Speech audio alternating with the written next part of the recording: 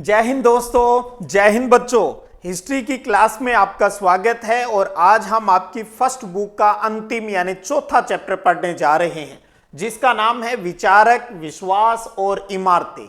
यानी हम आरंभिक भारतीय इतिहास के सांस्कृतिक विकास को, धार्मिक परंपराओं को इस चैप्टर के अंदर जानेंगे, जिसके अंदर हम बहुत सी पूर्व की बातों को भी साथ में शामिल कर लेंगे, जिनका आपने पिछले चैप्टर के अंदर अध्ययन है वो किया है। चैप्टर की शुरुआत हम सांची के स्तूप से करेंगे, जिसका संबंध बौद्ध संप्रदाय से है, और उसकी बेसिक जानकारी लेकर उसके बाद हम बैकग्राउंड को जानेंगे धार्मिक परंपराओं के, और फिर उसके बाद में टॉपिक को आगे क्रम से बढ़ाते जाएंगे और बौद्ध धर्म के बारे में डिटेल से हम जानेंगे। चलिए कहानी को स्टार्ट करेंगे हम किससे? सांची के स्तूप से। अब देखिए, सबसे पहले तो आप इस पिक्चर को देखें। यह है सांची का स्तूप। स्तूप होता है एक टीला, और देखिए कितना ही प्यारा मुकुट नुमा ये यहां पर टीला है वो बना हुआ है, और इसके चारों तरफ है वो गेट यानी तोरण द्वार है वो बने हुए हैं, और ये तोरण द्वार बहुत ही खूबसूरत है। और जो भी इन तोरण द्वारों को देखता है ना, वो अचंभित हो जाता है और उनको लगता है ये बहुत ही मूल्यवान है, काश ये कोई मुझे दे दे, क्योंकि बहुत ही सुंदर सुंदर मूर्तियां हैं वो इसके अंदर बनी हुई है। अब बात ये आती है, ये सांची का स्तूप है कहां? सांची कनखेड़ा गांव है ये, और ये है भोपाल मध्य प्रदेश के अंदर, और ये अपनी सुंदरता यानी स्थापत्य के लिए प्रसिद्ध है, और ये मुकुट के समान है वो दिखाई देता है। और इस स्तूप का जो निर्माण करवाया महान सम्राट मौर्य शासक अशोक ने इसका निर्माण है वो करवाया था। इसकी जो खोज हुई, पहचान हुई किस रूप में भी, भाई ये बहुत ही प्राचीन जो जगह है, ये प्राचीन स्तूप है, ये प्राचीन मूर्ति कला है, ये बहुत ही शानदार पुरातात्विक वस्तु है। और इसकी खोज हुई 1818 ईस्वी के अंदर एक अंग्रेज अधिकारी जनरल टेलर के द्वारा। अब भैया सबको पता चल गया भी बहुत ही खूबसूरत जगह है, क्योंकि अंग्रेज ने सबको बता दिया, स्वाभाविक है, पता तो चलना ही था। तो अब क्या हुआ जी, अब बहुत से अंग्रेज, जैसे सबसे पहले फ्रांस वाले पहुंच गए। वहां जो भोपाल की जो शासिका थी, जो नवाब थी उस टाइम, थी शाहजहां बेगम। तो फ्रांस वाले पहुंच गए शाहजहां बेगम के पास, ये रही बेगम साहिबा, और पहुंच गए कि भाई ये तो बहुत ही खूबसूरत है, ये तो हमारे पेरिस के संग्रहालय के अंदर ही सुंदर लगेगी, आप हमें इसको ले जाने की अनुमति है वो दे दीजिए। उनको जो पूर्वी तोरण द्वार था वो बहुत ही शानदार है वो लगा, जो बिल्कुल सही सलामत था उस टाइम। अब भाई शाहजहां बेगम ने सोचा, यार ये तो गड़बड़ है, हमारे देश की चीज ये तो बाहर लेकर जा रहे हैं। तो इन्होंने क्या किया, ये सोच विचार ही कर रही थी। कुछ पुरातत्वविद जो अंग्रेज थे उनसे भी सलाह ले रही थी, भैया क्या करना चाहिए। तो उन्होंने भी फ्रांस वालों को कहा, भाई साहब आप इसको वहां ले जाकर क्या करेंगे, हम आपको इस शासिका से, शाहजहां बेगम से कुछ ऐसा दिला देते हैं भी वहां पर भी वो बहुत खूबसूरत लगेगी और वो चीज भी वैसी की वैसी ही होगी। ये बात चल ही रही थी, तो अंग्रेजों को पता चल गया, ब्रिटेन वालों को, अरे भाई भारत पे तो हमारा अधिकार है, ये तो हम लेकर जाएंगे, और हमारे लंदन के म्यूजियम के अंदर संग्रहालय में ये चीज बहुत शानदार लगेगी। तो अब तो दावेदारों की संख्या बढ़ रही थी। तो शाहजहां बेगम ने कैसे भी करके उन दोनों देशों को समझा लिया, और उनको प्लास्टर से बनी हुई एक प्रतिकृति है वो दे दी, और जो बिल्कुल हूबहू वैसी की वैसी ही लग रही थी। और फ्रांस और अंग्रेज है वो दोनों ही संतुष्ट हो गए। इस प्रकार से जो सांची के स्तूप की जो मूर्ति कला, जो स्थापत्य कला थी, जो खूबसूरत चीजें थी, वो हमारे देश के अंदर ही यानी भोपाल में अपनी जगह पर ही रह गई। तो देखिए शाहजहां बेगम ने कितना शानदार काम किया स्तूप के संरक्षण के लिए, इसलिए सांची का स्तूप है वो बना रहा। अब शाहजहां बेगम के बाद में उनकी उत्तराधिकारी थी सुल्तान जहां बेगम। सुल्तान जहां बेगम ने भी सांची के स्तूप के लिए बहुत महत्वपूर्ण योगदान दिया, इसके संरक्षण में काफी योगदान दिया।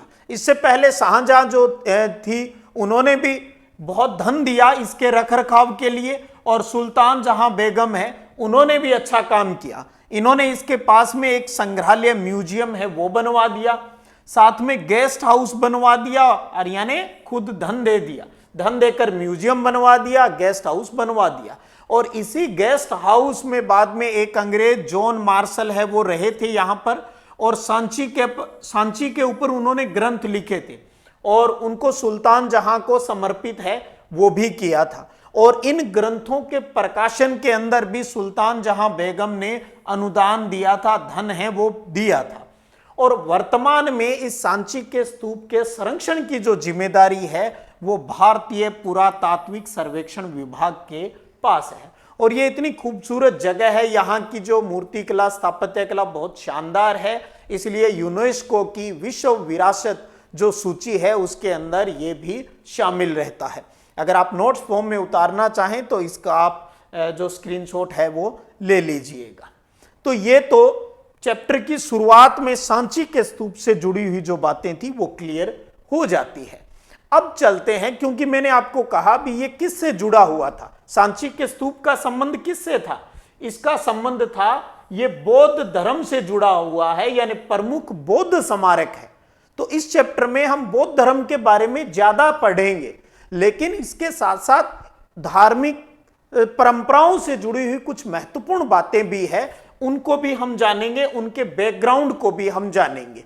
तो इसलिए सबसे पहले बात करते हैं ईसा पूर्व प्रथम सहस्त्राब्दी। ये वो टाइम पीरियड है जो कि अपनी बहुत ही इंपॉर्टेंस है वो रखता है, क्योंकि इस काल के अंदर बहुत से चिंतक, थिंकर कहिए, फिलोसफर कहिए, जो आए। और अब बात करें भी वो कौन कौन थे ये भी आपको ध्यान में रखना है। इसके अंदर हम बात करेंगे बुद्ध और महावीर की, जिनका संबंध भारत से है। इसके अलावा प्लेटो, अरस्तु और सुकरात, जिनका संबंध यूनान से है, ये भी इसी टाइम पीरियड के दौरान थे। बात करें खुंगसी की तो इसका संबंध चीन से था। और अगर हम बात करें जरथुस्त्र की, ये इनका संबंध ईरान से था। तो ये प्रमुख जो थिंकर थे, जो दार्शनिक थे, ये इसी टाइम पीरियड के दौरान आए थे। और इन सब विद्वानों ने जीवन के रहस्य को समझाने की कोशिश की थी, यानी धार्मिक चीजों के बारे में अपनी बातें हैं वो हमारे सामने रखी थी। और आपको पता है 1500 बीसी से 1000 बीसी के बीच में वैदिक परंपरा यानी ऋग्वेद की बात हुई थी, यानी वैदिक परंपरा आई थी, जिसकी जानकारी हमें किससे मिलती है? ऋग्वेद से मिलती है। और ऋग्वेद के अंदर अग्नि, इंद्र और सोम देवताओं की स्तुति का जो संग्रह है, देवताओं की स्तुति का संग्रह है, वो इस ऋग्वेद के अंदर बताया गया है भी इन देवताओं की स्तुति है वो किस प्रकार से करनी है। अब उनकी स्तुति करनी है यानी मंत्रोच्चारण करना है, तो इसके लिए क्या बताया गया? भी यज्ञ करना होगा आपको। और यज्ञ कौन करेंगे? क्या ब्राह्मण है वो यज्ञ कर देंगे। ये बातें हमें इसके अंदर देखने को मिली है। और यज्ञ के समय जो लोग यज्ञ करवाते थे, पहले सामूहिक रूप से यज्ञ होते थे, और फिर उसके बाद में जो बड़े धनवान लोग हैं वो अपना अलग से भी करवाने लगे। और ये लोग जब यज्ञ करते, मवेशी, बेटे, स्वास्थ्य और लंबी आयु की कामना है वो करते थे, प्रार्थना करते थे, हे अग्निदेव, हे इंद्रदेव, ये सोमदेव, हमें ये लाभ है वो दे दीजिएगा।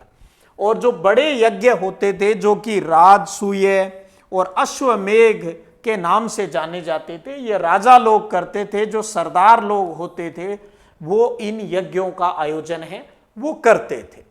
तो समझ गए भी कौन से चिंतक आए। उसके बाद में ऋग्वेद के अंदर किन देवताओं की स्तुति का उल्लेख किया गया है, यज्ञ के बारे में बताया गया है, और ये भी बता दिया भी ये काम ब्राह्मण है वो करेंगे। और साथ में राजसु और अश्वमेघ यज्ञ की बात है जो हो गई, जिसके अंदर ये लोग, राजा लोग हैं वो इनको करते थे। उसके बाद आ जाते हैं उपनिषद।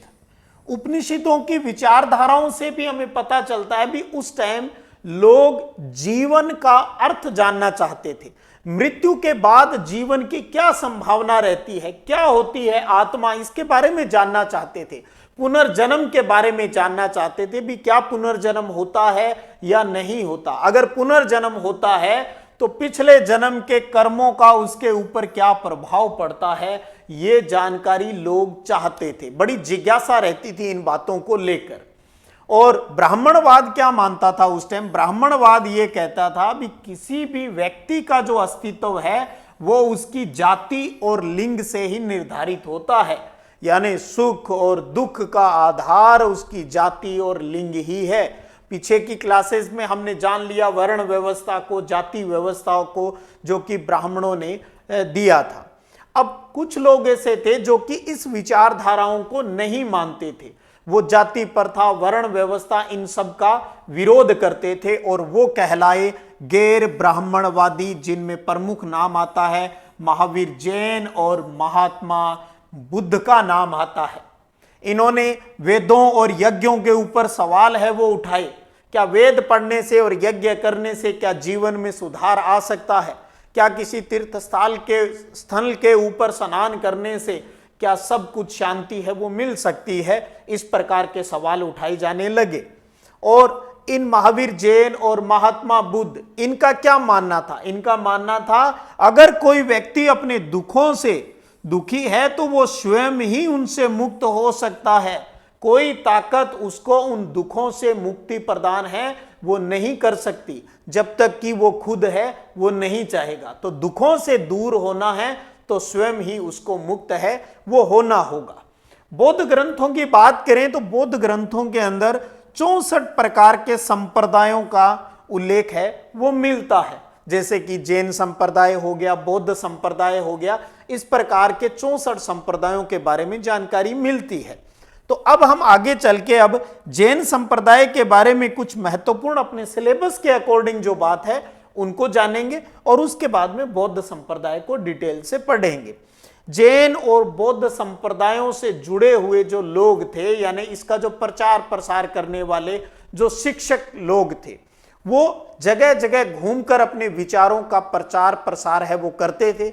आम लोगों के साथ तर्क वितर्क है वो करते थे और उन तर्क वितर्कों से उनको संतुष्ट करते थे। और जो लोग उनकी बातों से संतुष्ट हो जाते थे वो उनके चेले बन जाते थे, अनुयायी है वो बन जाते थे। ये काम वो चलते फिरते करते थे या किसी उपवन यानी जो बगीचा है वहां बैठ जाते थे, या फिर कोई स्पेशल झोंपड़ियां बनी होती थी जिनको कहा जाता है कूटागार शालाएं कहा जाता है, यानी नुकीली छत वाली जो झोंपड़ी है उसके अंदर बैठकर तर्क वितर्क है वो करते थे।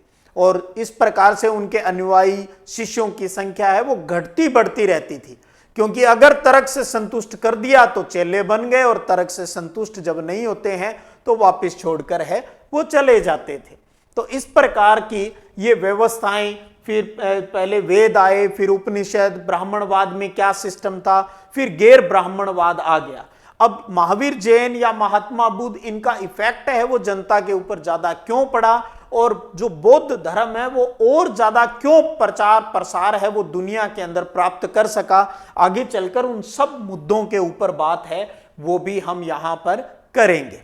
चलिए अब जैन संप्रदाय से जुड़ी हुई महत्वपूर्ण बातों को जान लेते हैं।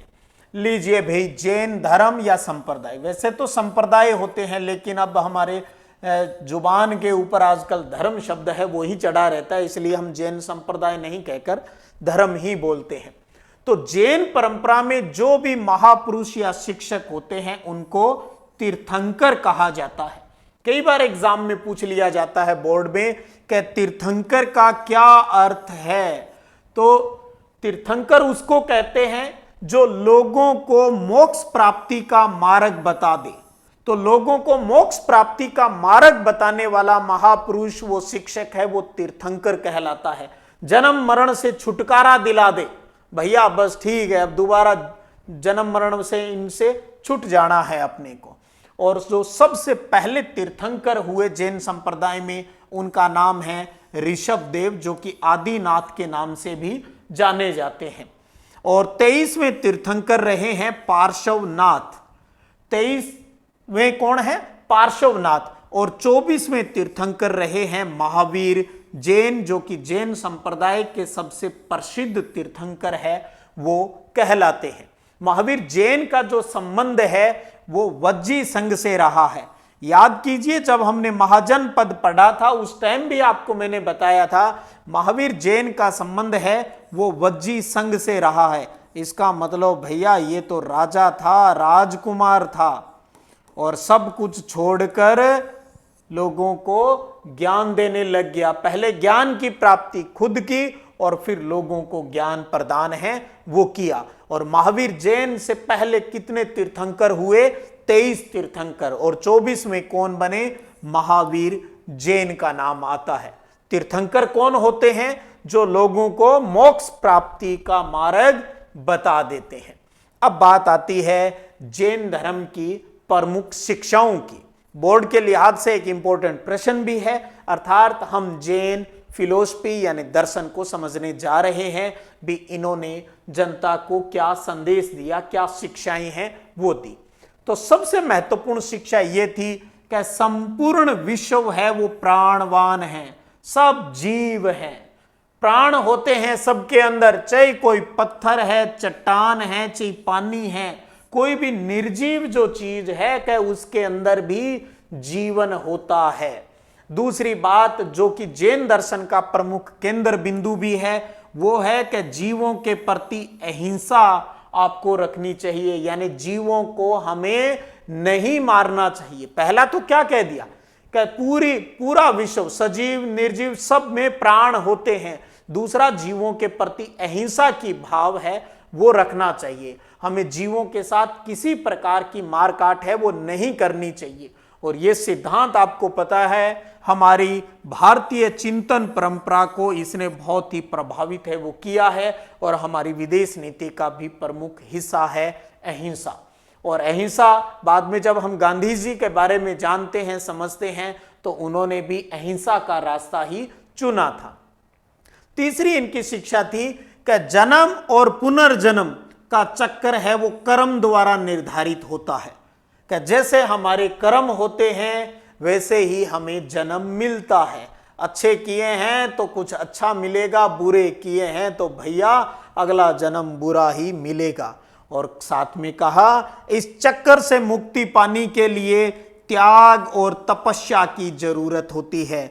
अगर आप त्याग और तपस्या करते हो तो इस जन्म मरण के चक्कर से छुटकारा है वो पा सकते हो। तो मुक्ति के लिए मनुष्यों को संसार का त्याग करके विहारों के अंदर निवास है वो करना चाहिए। तो ये प्रमुख 4-5 जो दर्शन से जुड़ी हुई बात है इनको आप अच्छे से जरूर कीजिएगा। भी संपूर्ण विश्व प्राणवान है, हमें अहिंसा की पालना है वो करनी चाहिए, और जन्म मरण का जो चक्कर है उससे वो कर्म द्वारा निर्धारित होता है कि इसलिए अच्छे कर्म करने चाहिए। और इस चक्कर से मुक्ति पाना चाहते हो तो क्या त्याग और तपस्या है उसको आपको करने की जरूरत है। इसके लिए उन्होंने ये भी कहा कि संसार का त्याग करना पड़ेगा, छोड़ना पड़ेगा, ये सांसारिक मोह माया दुनियादारी ये छोड़नी पड़ेगी, तभी आप इन चक्रों से मुक्त हो पाएंगे। धीरे धीरे जैन धर्म है ये भी भारत के अंदर कई जगह है वो फैलने लगा। इसके जो ग्रंथ हैं, जो पांडुलिपियां मिलती है वो प्राकृत, संस्कृत और तमिल भाषा में मिलती है। कई हिस्सों में इसका फैलाव हुआ, और इन तीर्थंकरों की, जैन तीर्थंकरों की मूर्तियां भी है वो भारतीय उपमहाद्वीप में कई जगह देखने को मिलती है। तो ये हो गई जैन धर्म की प्रमुख शिक्षा। अब बात करते हैं जैन जो साधु और साध्वी होते हैं उनके 5 व्रत है, बहुत इंपॉर्टेंट 5 व्रत लेने होते हैं जो जैन साधु और साध्वी होते हैं। वो 5 बातें हैं। एक तो है हत्या न करना, हम किसी की हत्या यानी जीव हत्या नहीं करेंगे, अर्थात उसको हम क्या कहें भी अहिंसा की पालना करेंगे। दूसरा है चोरी न करना, किसी प्रकार की चोरी नहीं करेंगे, अर्थात उसको एक शब्द में कहें तो उसको कहा जाता है अचौर्य कहा जाता है। झूठ नहीं बोलेंगे अर्थात सत्यवादी बनेंगे। चौथा आता है कि धन संग्रह नहीं करेंगे, इसको कहते हैं धन संग्रह नहीं करने को अपरिग्रह कहा जाता है। और 5वां है कि ब्रह्मचर्य का पालन करेंगे। तो हत्या नहीं करना, चोरी नहीं करना, झूठ नहीं बोलना, धन का संग्रह नहीं करना, ये नहीं करने की बात आ गई। और ब्रह्मचर्य का पालन करना, ये 5 व्रत है वो जैन साधु और जो साध्वी होते हैं उनको इनकी पालना है, वो करनी होती है। और फिर जैन धर्म की शाखाओं की बात करें तो श्वेतांबर श्वेत वस्त्र धारण करते हैं, दिगंबर जो कोई भी वस्त्र धारण है वो नहीं करते। तो जैन धर्म से जो संबंधित जो प्रमुख बातें जो अपने सिलेबस में है वो इतनी है। 24वें तीर्थंकर महावीर जैन पहले कौन से हैं? ऋषभदेव। 23वें कौन से हैं? पार्श्वनाथ का जिक्र आता है। फिर हमने कह दिया अभी उनकी प्रमुख जो शिक्षाएं हैं उनकी बात कर ली। जैन साधु और साध्वियों के 5 व्रतों की बात हमने कर ली, इसकी शाखाओं की बात कर ली। बोर्ड परीक्षा के लिहाज से इतनी ही चीजें आपके पाठ्यक्रम के अंदर है। अब चलते चलते बात कर लेते हैं आपके प्यारे से प्रश्न को लेकर। इस प्रश्न का जवाब आपको नीचे कमेंट सेक्शन के अंदर है वो देना है कि सांची का स्तूप किस धर्म का महत्वपूर्ण केंद्र है। ऑप्शन आपके सामने लिखे हुए हैं। इसी प्रकार अगले वीडियो सेशन में टॉपिक को आगे बढ़ाएंगे और आगे पहुंच गए हम बौद्ध धर्म, जिसके बारे में विस्तृत जानकारी है उसको प्राप्त करेंगे। फिर मिलते हैं, तब तक जय हिंद, जय भारत।